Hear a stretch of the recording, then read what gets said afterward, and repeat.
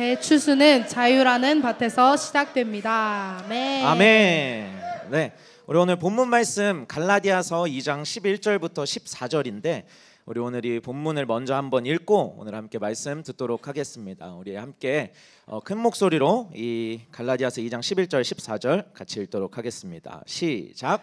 게바가 안디옥에 이르렀을 때 책망받을 일이 있기로 내가 그를 대면하여 책망하였노라. 야고보에게서 온 어떤 이들이 이르기 전에 게바가 이방인과 함께 먹다가 그들이 오매 그가 할례자들을 두려워하여 떠나 물러가매 남은 유대인들도 그와 같이 외식함으로 바나바도 그들의 외식에 유혹되었느니라.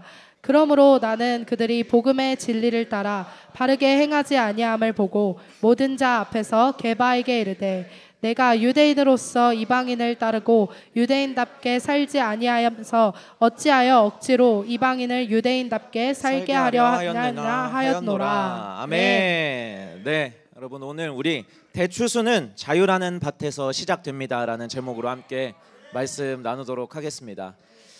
우리 또 지난주 우리 유스 캠프를 또 다녀왔는데 네, 혹시 여기서 제가 제일 궁금한 건 저희 교회에도 과연 S가 있을까라는 궁금증이 생겼습니다. 혹시 이 중에 디스크 유형 중에 내가 D에 해당하시는 분들? D다. 자, 우리 히틀러들. 네, 우리 히틀러들. 아무튼 D. 네, 그리고 뉴송에서 가장 많은 우리 I. 네. 아이들은 손 들기도 전에 누가 아인 줄 알 것 같아요. 그리고 S, 그 다음이 S. 근데 생각보다 S가 많네요. 저희 교회에 S가 없을 줄 알았는데 아주 귀하신 분들입니다. 이분들은. 자, C 마지막으로 C. C는 근데 왠지 다 C일 것 같았어요. 다 C일 것 같은 분들이 했는데 저는 뭘까요? 네, 저는 말하지 않아도 아시겠지만 I입니다. 오늘 우리가 읽었던 이 본문에 이 베드로가 등장하는데 게바가 등장하죠. 베드로가 등장하는데 이 베드로가 바로 이 I형에 해당하는 성경 인물이었습니다. 근데 오늘 이제 이 베드로를 통해서 이 성령님께서 또 이 작년 연말부터 시작해서 올해 연초까지 저에게 주셨던 이런 개인적인 묵상들과 또 그런 은혜들을 함께 나누었으면 좋겠습니다. 근데 저는 이렇게 설교 준비하면서 이 묵상들이 어쩌면 올 한 해 우리가 대추수라는 이 테마를 가지고 또 목적을 가지고 또 비전을 가지고 올 한 해를 시작할 때 너무 중요하고 너무 필요하고 또 하나님께서 대추수를 우리에게 주실 때 반드시 우리에게 선행되어야 하는 것이 바로 오늘 저희가 나눌 이런 말씀이라고 생각됩니다. 그래서 오늘 본문에 이제 보면 이 바울이 이 안디옥 교회에 갔을 때 있었던 어떤 한 에피소드를 소개하는 게 오늘 본문에 나오는 내용입니다. 우리가 갈라디아서 시리즈, 백투 더 프리덤 시리즈를 해서 많은 분들이 알고 계시겠지만 당시 이제 갈라디아 교회는 이제 유대인으로 시작했다가 이제 그리스도인이 된 성도들이 참 많았던 교회입니다. 그래서 원래는 태어날 때 유대인으로 태어나서 평생을 율법을 지키면서 살아왔던 그들이 이제 예수님을 알고 십자가를 믿고 이제 예수님의 복음을 믿으면서 그리스도인이 되었던 사람들이 이 갈라디아 교회에 있었던 사람들입니다. 근데 평생을 이제 보면 율법을 지켜야 하나님의 의에 이를 수 있다라는 이 생각과 그런 믿음을 가지고 살았던 이 갈라디아 교인들이 또 그 당시에 초기에 있었던 이런 기독교인들이 내가 오직 은혜로만 그리고 오직 이런 은혜와 하나님이 주시는 기쁨과 자유로만 구원을 받을 수 있다는 게 머리로는 깨달아졌지만 이들의 마음속에는 아직 완전히 깨달아지지 않았습니다. 그러다 보니까 이제 십자가에 대해서, 은혜에 대해서, 복음에 대해서 입술로는 이렇게 인정을 하고 믿습니다라고 이야기하지만 여전히 이들 마음속에 뭐가 있었냐면 이런 율법주의 그리고 종교주의들이 이들의 마음속에 아주 팽배했습니다. 그랬는데 오늘 이 베드로가 이제 이 이방 교회인 안디옥 교회는 이방인들로 구성된 교회예요. 그래서 이 안디옥 교회에 있을 때 베드로가 있을 때 또 바울이 이곳에 또 왔을 때 베드로를 보고 바울이 엄청 혼을 냈던 엄청 뭐라고 했던 그 일을 소개하게 됩니다. 그러니까 베드로가 원래는 이제 이 안디옥 교회에서 베드로도 아이니까 얼마나 또 관계하는 게 좋아요. 그래서 막 이방인이든 뭐 유대인이든 관계없이 막 어쨌든 은혜니까 막 밥도 먹고 사우나도 가고 막 다 하고 막 그렇게 지냈어요. 그래서 지내고 있는데 하루는 이제 너무 거리낄 게 없었어요. 베드로도 은혜를 안다고 막 하니까. 근데 하루는 갑자기 밥을 먹고 있는데 이방인들이랑 딱 밥을 먹고 있는데 딱 연락이 옵니다. 지금 예루살렘에서 야고보가 보낸 사람들이 이 안디옥 교회로 오고 있다. 근데 그들은 예루살렘에서 오니까 누구예요? 바로 유대인들입니다. 그러니까 유대인 크리스천들이 이제 이 안디옥 교회로 오면서 베드로 안에 어떤 생각이 탁 하고 올라왔냐면, 아, 내가 이들이랑 이렇게 교제하는 건 괜찮은데 혹시라도 그 유대인 크리스천들이 나를 정죄하면 어떡하지? 혹시라도 그 유대인 크리스천들이 나한테 좀 뭔가 어떻게 이방인들이랑 식사할 수 있어라고 손가락질하면 어떡하지라는 생각이 탁 올라온 거예요. 왜냐하면 그 당시에 이제 유대교 율법상 이 이방인들은 이 유대인들에게 있어서 하나님께 선택받지 못한 종족이고, 또 하나님께 선택받지 못했다 보니까 뭐라고까지 표현하냐면 마치 개 같다, 그런 개와 같은 민족이라고 이방인들을 표현을 했습니다. 그러다 보니까 이들과 함께 식사를 한다는 건 어떻게 보면 진짜 약간 말이 안 되는 거죠. 이제 개와 같이 밥을 먹는 거죠. 그런 말도 안 되는 일을 이렇게 생각을 하니까 베드로가 밥을 먹을 수 있어요, 없어요? 밥을 먹을 수 없습니다. 밥을 먹을 수 없고 이제 밥을 먹다가 탁 내려놓고 자기 세런들인데 내팽개치고 도망을 가는, 그러다 보니까 너무 별로죠. 너무 별로였어요. 그래서 우리 또 D 유형인 바울 형님이 딱 오셔가지고 따끔하게 어떻게 그럴 수 있냐고 이야기를 했던 게 바로 오늘 본문입니다. 네. 기분이 너무 좋아요.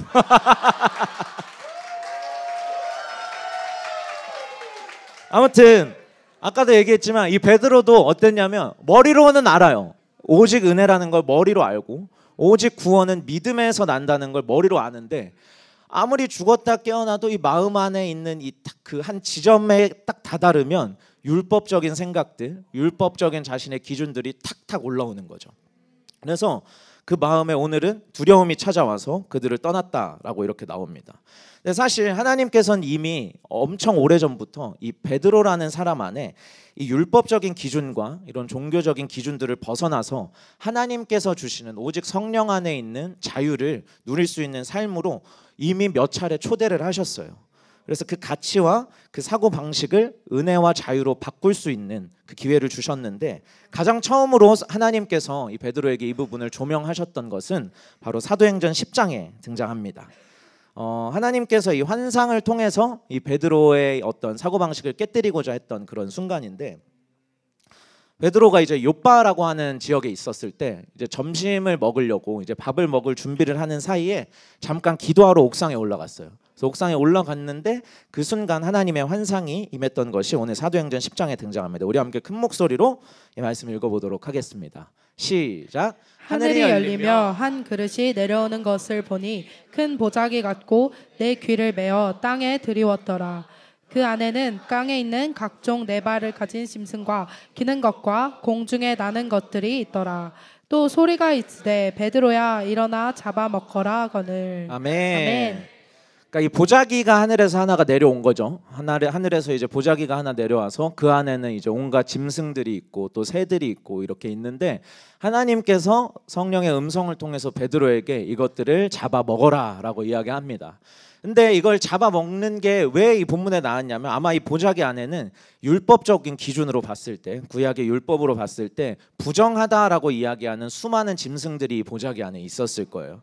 그래서 베드로에게 이 부정한 짐승을 내가 먹는다는 건 뭐냐면, 결국에 내가 지금까지 갖고 있었던 모든 가치관들, 유대인으로서의 베드로를 포기하는 것을 의미했습니다. 그래서 나의 모든 가치관들, 또 지금까지 견고하게 싸우고 지켜왔던 나의 자아와 또 나의 어떠한 기준들을 깨뜨려야만 하는 게 바로 이 보자기 안에 있는 짐승을 먹는 것이었습니다. 근데 하나님께서는 이걸 먹으라라고 이 베드로에게 이 기준들을 무너뜨리라고 하신 명확한 이유가 있죠. 그게 뭐냐면, 하나님은 이 복음이 예루살렘에만 머물러 있기를 원치 않으셨어요.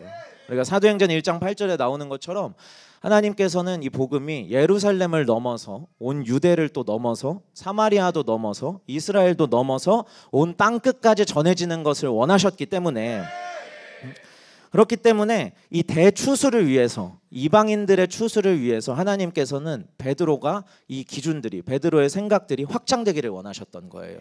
근데 이 대추수가 일어나려면 베드로가 이 성령님의 인도하심을 따라서 예수님께서 오직 은혜로, 오직 자유 안에서 이루신 이 복음에 대한 깨달음이 있어야 하는데, 그러면 당연히 뭐가 동반되냐면 내가 가지고 있던 기준들, 내가 가진 자아는 십자가에 못 박혔음을 믿고, 그리스도가 죽을 때 내가 함께 죽었음을 믿고, 나에 대한 부인이 일어나야 그게 되는 거죠. 근데 베드로는 성령도 받았어요. 오늘 사도행전 10장인데 2장에 성령을 받고 3,000명을 회개시키는 사건이 나오잖아요. 그러니까 성령도 받았고 복음 전도자로서 살고 있지만, 어쩌면 베드로 안에는 여전히 깨뜨리지 못하는 나의 자아와 여전히 깨어지지 않는 이 유대인으로서 나의 어떠한 기준들이 너무 살아 숨쉬고 있었던 거죠. 그러니까 쉽게 얘기해서 예수님을 주인으로는 고백했고 성령님이 임하셨을 때 능력도 있지만, 때때로 완전 예수님이 나의 100% 주인이 되셔서 나를 완전히 통치하시지는 못한 그런 삶을 또 베드로가 살고 있었습니다.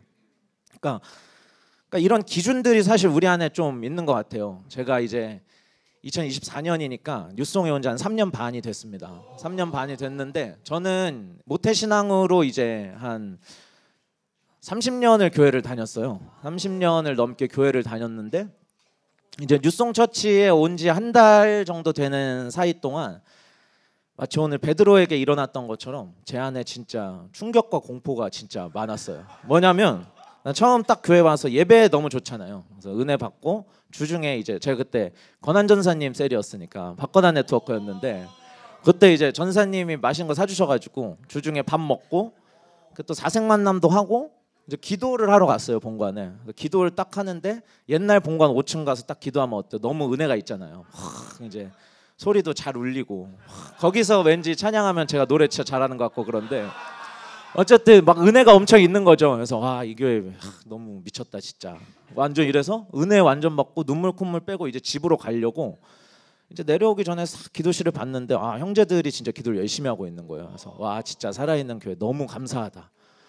그 얘기 좀 하다가 제가 이제 본관 계단을 내려서 딱 그 문을 딱 나서는 순간 방금 기도실에서 기도했던 그 형제가 담배를 피고 있는 거예요. 그러니까 이 30년을 전통교회를 다닌 저로서는 이게 막 쌍둥이인가? 완전 이게 납득이 안 되는 거죠. 그리고 막 이게 맞아? 이런 생각들. 그리고 또 이제 예배 크라이아웃 딱 왔어요. 크라이아웃을 왔는데 이제 막 예배하는데 이제 여름이었으니까 반팔들을 입고 예배를 하는데 동물원인 거죠. 교회가 막 팔에 온갖 이제 저기 나오는 각종 네 발 달린 짐승과 기는 것과 공중에 나는 게 이제 완전 막 팔에 이제 목에. 근데 거기까지는 그럴 수 있다 했어요. 홍대에 있는 교회니까. 근데 그때 이제 규빈이가 싱어였는데 손에 타투가 있는 거예요. 와, 이거 예배 인도자가 타투를? 이건 안 되는데 라는 이런 기준들. 근데 여기까지는 좀 시간이 지나니까 오케이였는데, 마지막으로 제가 하루는 이제 기도하고 있는데 기도실에서 새벽에 기도하는데 문이 딱 열리더니 이제 한 자매가 들어오는 거예요. 근데 진짜 저는 그 옛날 뉴송 거기 우리 본관 네온사인 앞에 있었고, 그 자매는 뒷문으로 들어왔는데 들어오고 한 5초가 지나니까 온 기도실에 이제 향기가 나는 거죠. 술 냄새가 그냥 술 냄새가 너무 나는 거예요. 그래서 술을 먹고 기도를 하러 온다고? 오케이. 근데 그러고 그 다음날 아침에 딱 핸드폰 알림에 큐티가 올라온 거예요. 술 먹고 기도실 와서 기도한 막 그 자기 이야기를 막 쓴 거죠. 근데 더 충격. 목사님 댓글 취중 진담이네. 크크.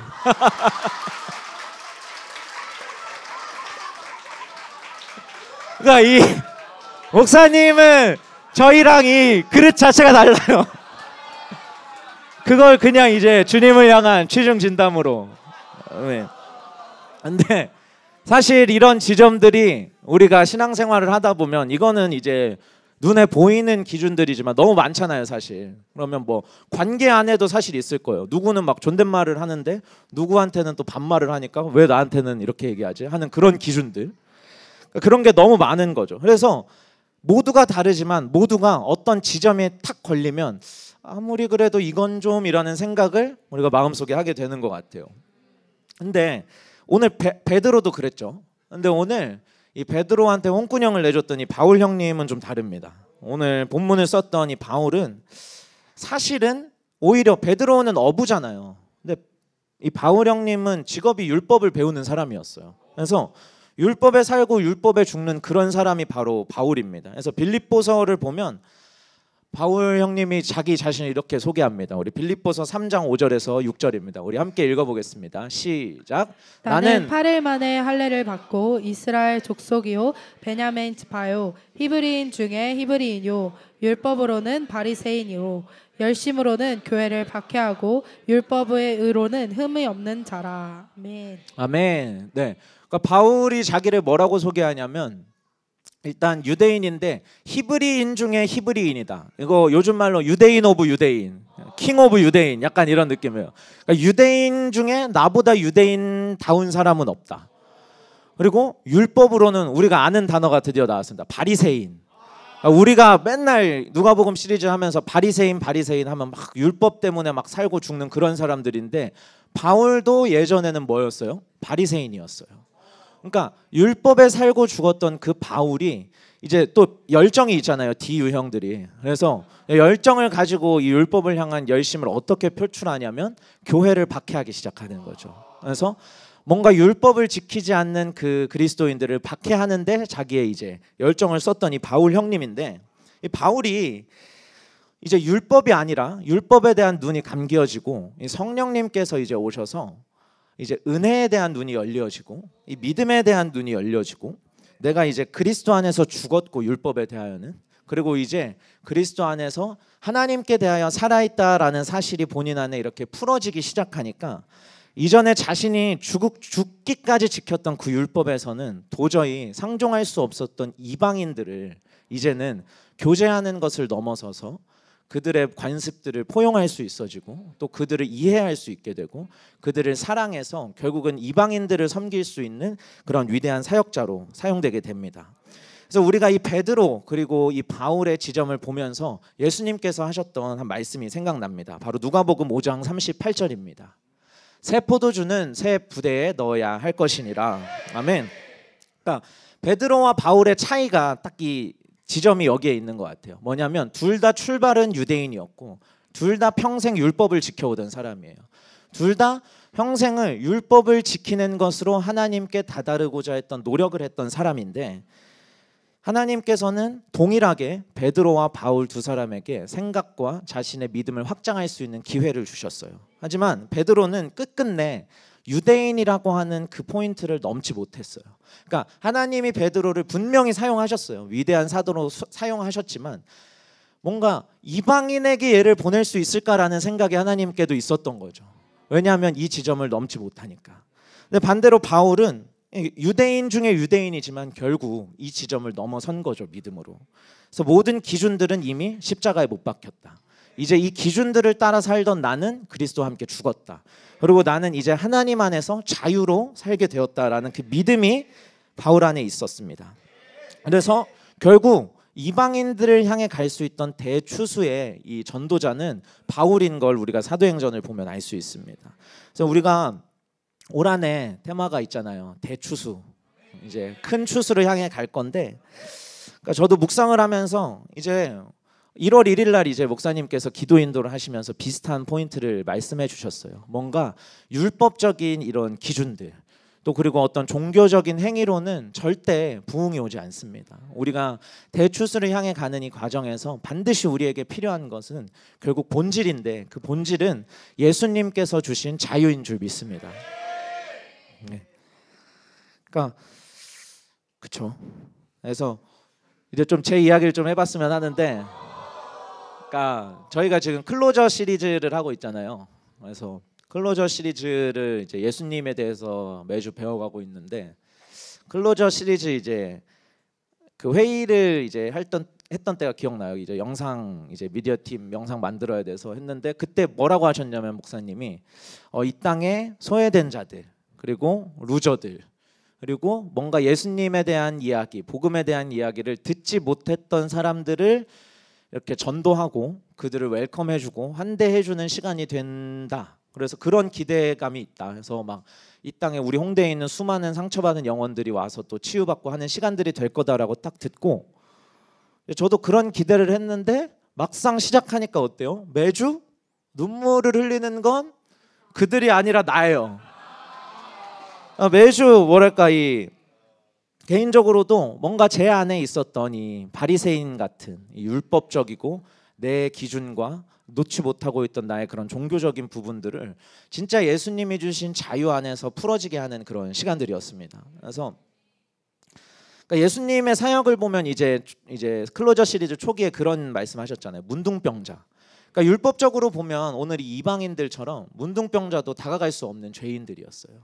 왜냐하면 그들은 부정하고 그 부정함이 옮을 수 있기 때문에 율법적으로 보면 이 문둥병자들은 격리되어야 되는 거죠. 그래서 격리돼서 사회로 나올 수 없고 그들만의 이제 마을에서 살아야 하는 그런 이 문둥병자들. 근데 심지어 제가 너무 이제 성경을 보면서 참 슬픈 대목은 있어요. 뭐냐면 그것까지는 오케이인데 이들이 어쩔 수 없이 사회로 나와야 되는 순간들이 있잖아요. 어쩔 수 없이 와야 되는 그 순간에 이들은 사람들을 향해서 큰 소리로 부정하다 부정하다 부정하다 이렇게 외쳐야 돼요. 그러니까 왜냐하면 나의 부정함이 혹시라도 옆에 있는 이 사람들에게 옮을 수 있으니까 저에게 다가오지 마세요라고 이야기하는 거죠. 근데 예수님께서 문둥병자에게 어떻게 하시냐면 그냥 사실 멀리서 말씀하실 수도 있었어요. 아, 너의 이 문둥병이 치유됐어라고 말씀만 하셔도 사실 회복이 됐을 거예요. 근데 예수님께서는 굳이 의도적으로 다가가셔서 그 문둥병자의 피부에 손을 대시죠. 그러니까 이건 상당히 예수님이 의도적이신 것 같아요. 의도를 가지고 손을 대신 것 같아요. 왜냐하면 내가 이 선을 이제 자유케 했어. 더 이상 율법이 아니라 나를 통해서 이 내가 주는 자유 안에서, 내가 주는 은혜 안에서, 내가 주는 사랑 안에서 모든 기준은 새롭게 될 거야. 그러니까 예수님은 세리랑도 밥을 먹어도 되는 거예요. 세리랑도 밥을 드셨고 심지어 창녀들과도 식사하셨고 그리고 모든 루저들, 그러니까 우리의 기준으로는 다가갈 수 없는 모든 사람들에게 예수님께서는 다가가시는 거죠. 제가 신학생이잖아요. 그래서 제가 처음으로 이제 신학교 1학년 딱 들어가서 배운 첫 과목이 누가복음이었어요.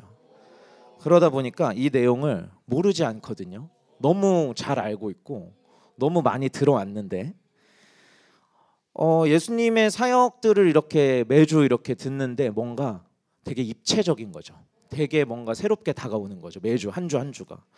성령님께서 제 안에 이제 이 예수님에 대해서 매주 이렇게 풀어주시는데 아무리 이렇게 매주 봐도 예수님은 사실 자유거든요. 자유. 뭔가 참 자유고 참된 기쁨 그 자체이시고 아무리 봐도 예수님은 묶이는 곳이 없어요. 어디에도 묶이지 않는 참 자유이시고 기쁨이시고 생명이신 그런 분인데 저는 그 예수님을 믿는다 이야기하고 교회를 오래 다녀왔고 또 사역도 오래 했지만 뭔가 나만의 기준들 또 내가 가지고 있는 이 사고의 틀 안에 예수님을 너무 가두기 시작한 거죠. 그죠? 그러니까 저도 베드로처럼 어떤 지점이 탁 오면 걸리는 거예요. 이거 괜찮나? 이렇게 해도 되나? 그런 게 이제 관계 안에서 드러나겠죠. 이제 관계 안에서 뭐 나의 리더와의 관계에서 또 나의 동역자와의 관계 안에서 또 나의 제자들과의 관계 안에서 그 포인트가 탁 오면 제 자아가 건드려지기 시작하는 거예요. 그죠? 그래서 이제 매주 그렇게 지나가고 있는데 한 주 이제 딱 기억이 나요. 너희가 어떻게 읽느냐 해서 사마리아인의 비유를 딱 해주시면서 목사님께서 복음을 한번 풀어주셨는데 그 주에 제 안에 있던 이런 율법적이고 종교적인 그런 모든 부분들을 성령님께서 되게 실제적으로 조명을 많이 해주셨던 것 같아요. 그래서 어떤 딱 위기의식이 느껴졌냐면 사실 저 한 사람이면은 또 괜찮은데 뭔가 나를 통해서 나와 함께하고 있는 사람들에게 이 율법적인 기준들 또 종교적인 이런 부분들이 흘러가고 있다. 그래서 나만 자유를 누리지 못하는 게 아니라 나와 함께하고 있는 나의 제자들과 또 나와 함께하고 있는 나의 동역자들도 나 때문에 뭔가 이 자유를 누리지 못하고 있는 포인트가 분명히 있을 수 있겠다라는 감동을 성령님이 주셨어요. 그래서 뭔가 나는 교회를 꿈꾼다고 이야기하고 나는 뭔가 하나님께서 역사하시는 진짜 생명인 교회를 꿈꾼다고 이야기하지만 어쩌면 내가 함께하고 있는 곳은 구약의 율법이 다스리고 있는 성전일 수 있겠다. 이런 감동이 좀 있었습니다. 아까도 얘기했지만 모태신앙이잖아요. 그러면 사실 많이 알아요. 그리고 모태신앙에서 끝나면 좋은데 또 신학생이에요. 그러면 진짜 많이 알아요. 그리고 오랜 시간 10년을 사역했어요. 정말 많이 알아요. 근데 그러니까 베드로랑 진짜 비슷한 지점들이 있는 것 같아요. 성령을 경험하지 않았던 게 아니고 은혜를 받은 적 없던 것도 아니고 그러니까 사역을 안 하는 것도 아니고 예수님 떠난 건 아닌데 뭔가 제 안에 자유는 없어요. 그러니까 가끔 있어요. 그러니까 사실 이게 막 애매한 거거든요. 가끔 있어요. 가끔 있는데 네, 왜냐면 우리가 그러니까 기쁘기도한 소식이 아니잖아요. 복음이 기쁘기만 한 소식이기 때문에 이게 가끔 자유에서는 되는 게 아니거든요. 그래서 뭔가 이 불편한 지점들이 딱 있다 보니까 제가 더 이상 내가 신앙생활을 해야지 종교 행위를 하면 안 되겠다. 내가 진짜 하나님 앞에 자녀가 되고 신앙인이 돼야지 뭔가 종교인이 돼서는 안 되겠다라는 딱 그걸 느끼고 이제 딱 기도하기 시작했어요. 기도하는데 또 하나님께서 깨닫게 해주셨던 부분이 특별히 제가 이제 저의 제자들과의 관계 안에서 뭔가 이 친구들이 얼마나 예수님과 연결되어 있을까, 얘는 얼마나 예수님을 더 알아가고 있을까, 얼마나 더 예수님과 연합되고 복음을 깨달아가고 있을까에 대한 고민은 사실 가끔 있었어요. 이것도 가끔 있었는데 사실 대부분의 시간 저는 어떤 고민을 했냐면 왜 교회를 자주 안 오지? 왜 이번 주 큐티를 많이 안 했지? 기도실 들어간 지 10초 만에 나오네. 약간 이런 부분들을 제가 고민을 많이 했던 것 같아요. 그러니까 되게 율법적이잖아요. 다 하나님 알아가려고 하는데 그래서 제가 막 물어봐요. 왜 10초 만에 나와? 이러면 기도 다 했대요. 그럼 얘는 괜찮은데 얘는 자유해요, 저보다. 근데 저는 막 불편해 막 그런 포인트들이 있었습니다. 근데 딱 성령님께서 그런 부분들을 막 조명을 해주시니까 제 안에 뭔가 이대로는 갈 수 없다. 내가 이대로는 갈 수 없고 뭔가 이런 비본질적인 수많은 기준들 또 수많은 이런 율법들로는 도저히 내가 이렇게 하나님과 갈 수 없다. 그래서 이제 진짜 본질이 그 자체이신 예수님이 내 안에 필요하다. 그래서 예수님이 풀어주시는 자유가 내 안에 필요하다. 그래서 저와 마찬가지로 나와 함께하고 있는 모든 제자들 역시도 종교인이 아니라 하나님의 자녀가 되게끔 해야 된다. 그래서 예수님을 더 알고 예수님을 더 사랑하게 하는 걸 배우게 해야지 어떻게 큐티를 은혜롭게 올리는지 어떻게 기도실 그 기도 이렇게 해서 밑에 올리는 메시지 은혜롭게 하는지 그런 거를 가르칠 게 아니다. 예수님을 더 알려야 된다라는 생각들이 있었습니다. 그래서 그날 제가 성령님을 붙들면서 이렇게 기도했습니다. 성령님, 저에게 더 다른 거 필요 없습니다. 예수님을 알려주십시오. 정말 자유이시고 생명이신 예수님이 나에게 필요합니다. 2024년이잖아요. 그때는 이제 2023년에 마무리하는 단계였으니까 다가오는 한 해에는 제가 더 생생하게 주님을 경험하기를 원합니다. 내가 다가오는 한 해에는 더 생생하게 예수님을 만나기 원합니다. 그리고 나와 함께하는 나의 제자들에게도 동일하게 성령님 이 일이 일어나기 원합니다. 그들에게도 예수님을 알려주십시오. 그리고 그들에게도 생명 그 자체이시고 자유 그 자체이시고 오직 진리 그 자체이신 예수님을 풀어주십시오. 더 이상 나의 셀이 또 나의 교회가 이런 어떤 율법과 종교에 갇힌 성전이 되는 것이 아니고 진짜 참 떡과 포도주이신 예수님을 날마다 누구라도 와서 누릴 수 있는 새 언약의 교회가 되게 하여 주십시오. 그리고 마지막으로 이 얘기를 제가 했습니다. 이게 중요해요. 늦었지만 성령 목회 시작하겠습니다. 그리고 이제 셀 모임에 딱 가서 이런 장황한 이야기들은 하지 않았지만 많은 이야기들을 하지 않았지만 그냥 딱 이런 이야기를 했어요. 누구라도 괜찮다. 우리 셀은 정말 이 땅에 모두가 손가락질하는 누구여도 와도 된다. 누구라도 환영받을 자격이 있다. 대신 그 누구라도 와서 예수님을 발견하게 하는 셀이 되었으면 좋겠다. 그러면서 성령님이 저에게 주셨던 그런 감동들을 조금 나누었어요. 근데 그게 이제 12월 중순에서 말을 딱 넘어가는 한 달도 안 된 타이밍인데 제가 심었던 그 믿음의 씨앗이 싹을 틔우기 시작합니다. 그래서 그날 이후로 너무 신기한데 저희 네트워크 안에 조금씩 변화가 시작됐어요. 제가 이전에 아까도 얘기했죠. 항상 하던 고민 뭐예요? 왜 큐티를 이렇게 하지? 왜 기도실에서 10초 만에 나오지? 이런 고민들을 했는데 그날 이후로 저희 아이의 네트 안에 뭔가 이 말씀을 봐야지의 결단에서 말씀을 통해서 예수님께로 더 나아가야지에 대한 예수님을 향한 갈망들이 생기기 시작했어요. 그리고 점점 이제 10초에서 10분으로 늘더라고요. 이게 시간이 중요한 건 아닌데 시간이 중요한 게 아니라 뭔가 그러니까 기도의 뭐 그런 시간들을 통해서 뭔가 더 예수님을 알고 싶다. 뭔가 더 은혜 안으로 들어가고 싶다. 뭔가 더 예수님을 경험하고 싶다의 그런 갈급함들이 셀 안에 일어나기 시작했어요.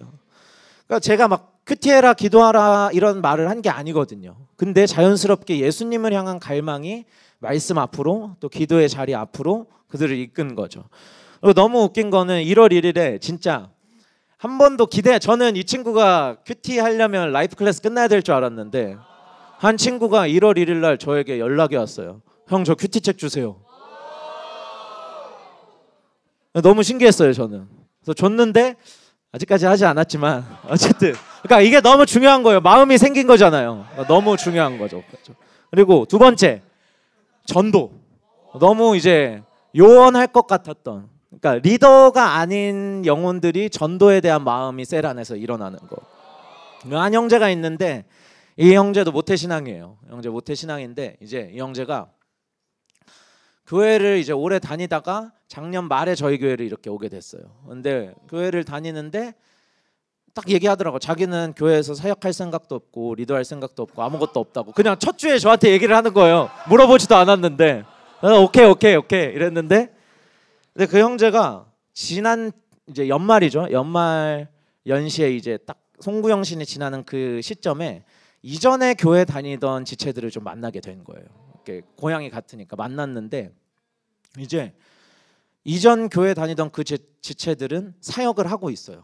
예배팀으로 또 리더로 뭐 이런 사역을 하고 있는데 이 형제에게 이제 교회에 대한 고민을 막 늘어놓기 시작하는 거죠. 사역을 하고 있는데 기쁨이 없다. 뭔가 메말라가는 것 같다. 뭔가 이렇게 내가 점점 드라이해지는 것 같다. 근데 그 얘기를 듣고 얘가 너무 안타깝다는 거예요. 그래서 자기가 당장 뭘 할 건 아니지만 얘네도 언젠가 저희 뉴송처치 한번 와봤으면 좋겠어요라고 이야기를 하는 거죠. 그래서 제가 너무 신기해서 물어봤어요. 왜 우리 교회에 와봤으면 좋겠어라고 물어보니까 저희 교회는 자유하잖아요. 저희 교회는 그래도 재밌잖아요. 기쁘잖아요. 이런 이야기를 해주는 거죠.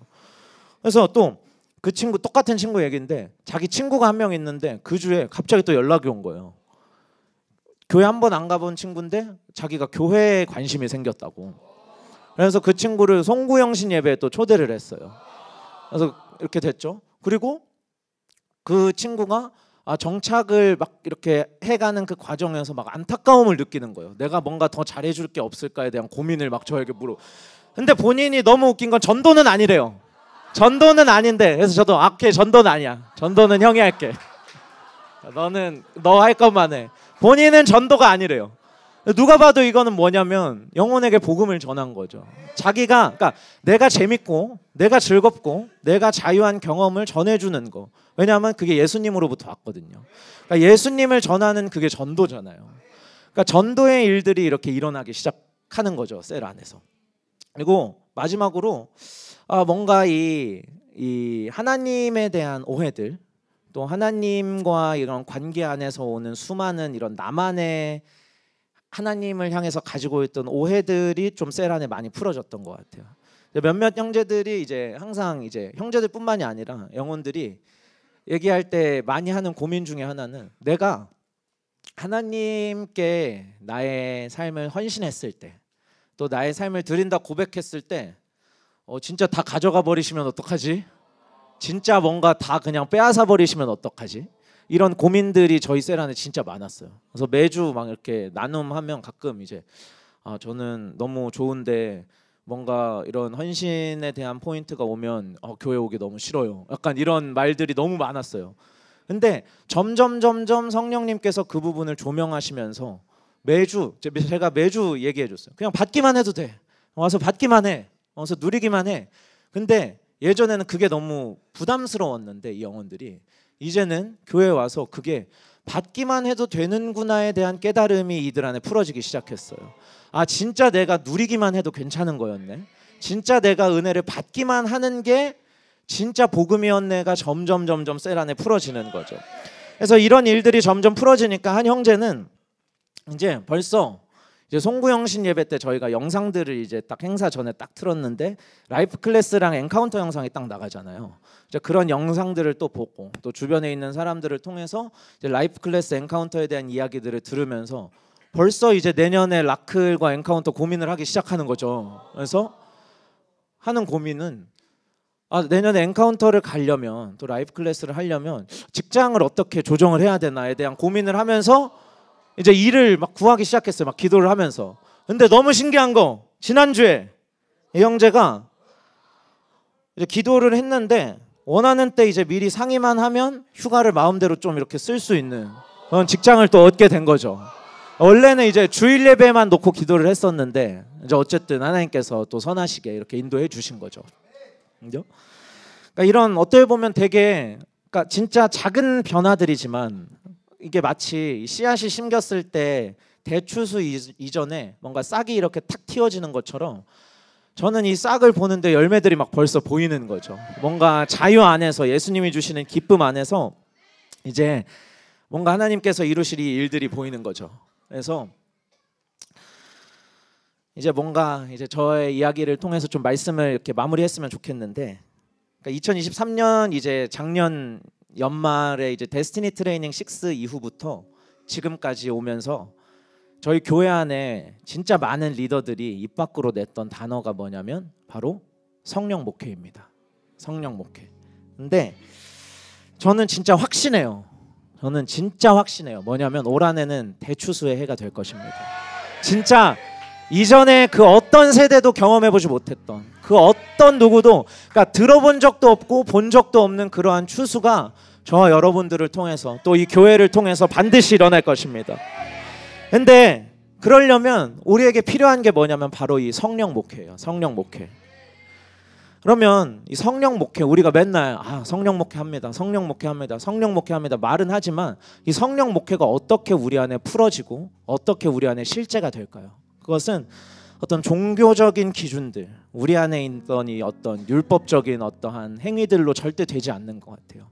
그러니까 내가 뭐 기도 1시간 하면 성령 목회인데 47분 하면 성령 목회가 아니고 막 이런 게 아니잖아요. 성령님은 그렇게 일하시지 않잖아요. 그냥 성령님이 우리에게 오셔서 진짜 진리이신, 그리고 참 생명이신, 그리고 자유 그 자체이신 그 예수님이 우리 안에 풀어지기 시작할 때 진짜 그게 성령 목회죠. 성령님을 통해서 우리 안에 예수님이 풀어지는 거. 그래서 이 성령님이 오셔서 그 진리가 누구냐면 예수님이잖아요. 진리는 예수님인데 이 진리가 우리 안에 풀어질 때, 그러니까 진리가 있는 곳에, 주의 영이 계신 곳에 뭐가 있어요? 참 자유가 있죠. 그리고 또 이런 말씀도 하셨어요. 진리가 너희를 자유케 할 것이다. 우리가 말씀도 보고 기도도 하고 사역도 하고 영혼들도 섬기고 진짜 막 온갖 사역들을 다 할 수 있어요. 근데 그걸 하면서도 이 진리가 우리 안에 풀어지지 않아서, 자유함이 우리 안에 풀어지지 않아서, 뭔가 내가 하나님과 또 나의 동역자와 나의 제자들과 또 나의 리더와 이렇게 막히는 부분들이 탁탁 찾아온다면 여러분, 우리를 통해서 하나님의 나라는 이루어질 수 없습니다. 우리는 그러면 또다시 이 율법에 갇힌 리더들, 그러니까 겉으로는 웃고 있지만 속으로 슬픔을 혼자 또 삼켜야 하는 리더들.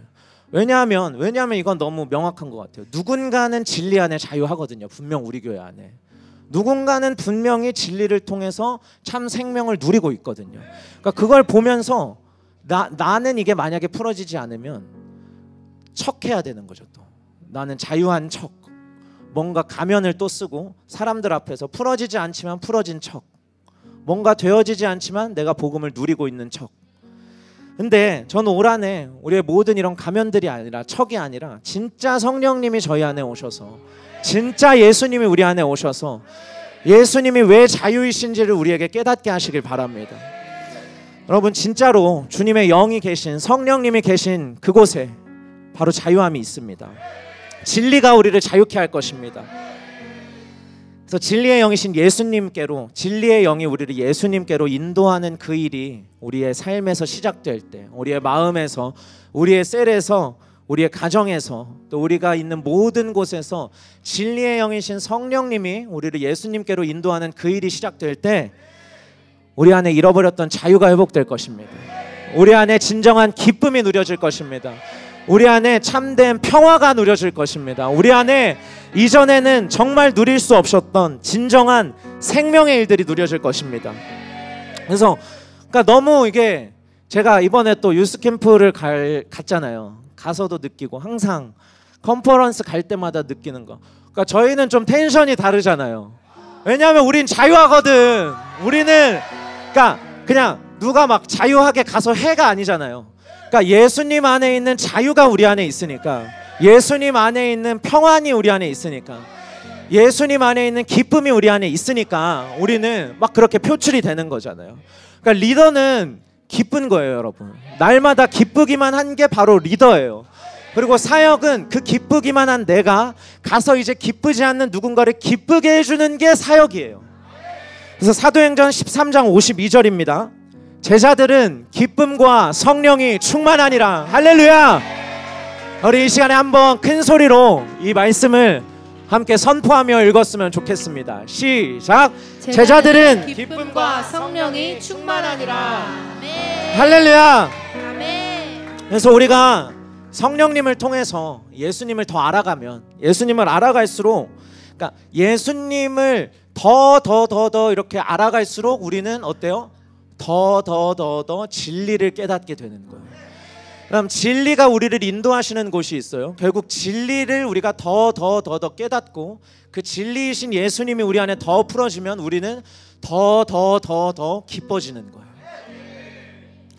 그리고 기쁜 우리를 통해서 아까 이야기한 것처럼 이 땅에 수많은 소외받은 자들, 또 이 땅에 수많은 상처받은 자들, 기쁨을 빼앗긴 자들, 그들에게 하나님 우리를 보내셔서 그들을 또 회복하게 하실 것입니다.